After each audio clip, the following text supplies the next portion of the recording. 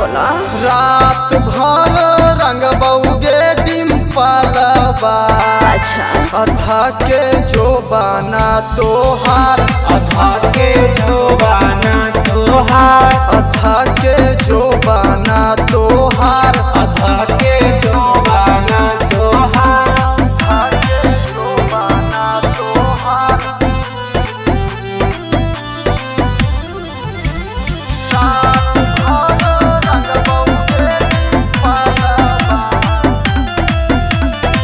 फागुन महीनवा में यरहू मिले हम आई।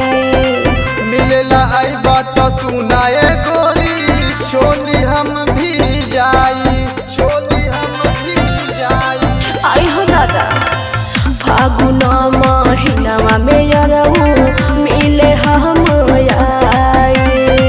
मिलेला आई बात सुनाए गोरी, छोली हम भी जाई। अरे ना हो ऐसे जदी बोलब तो यरहू मिले नहीं आई। हेगे रात भर रंग बऊ माही मनीषबा।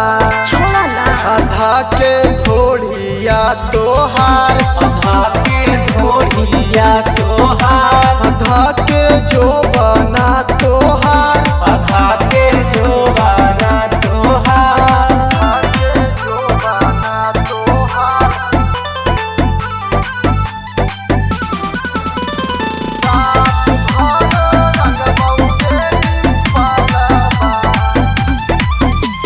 म्यूजिक बाय मंटू मनी।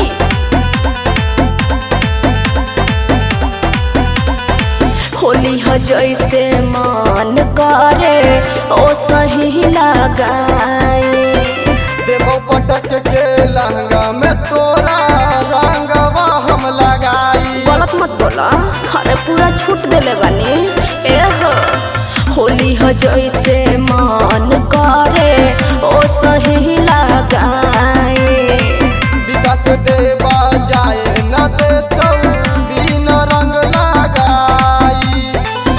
होलिए में रंगवा दिह लहंगा में लगाई। बुझल रात भर रंग बउगे का जलबा। अरे अरे आधा के जो बना तोहार, अधा के जो बना तोहार, अहाई देवा रंगदार। अहाई देवा रंगदार। फगुआ बा जैसे मन करो वैसे डाल लो।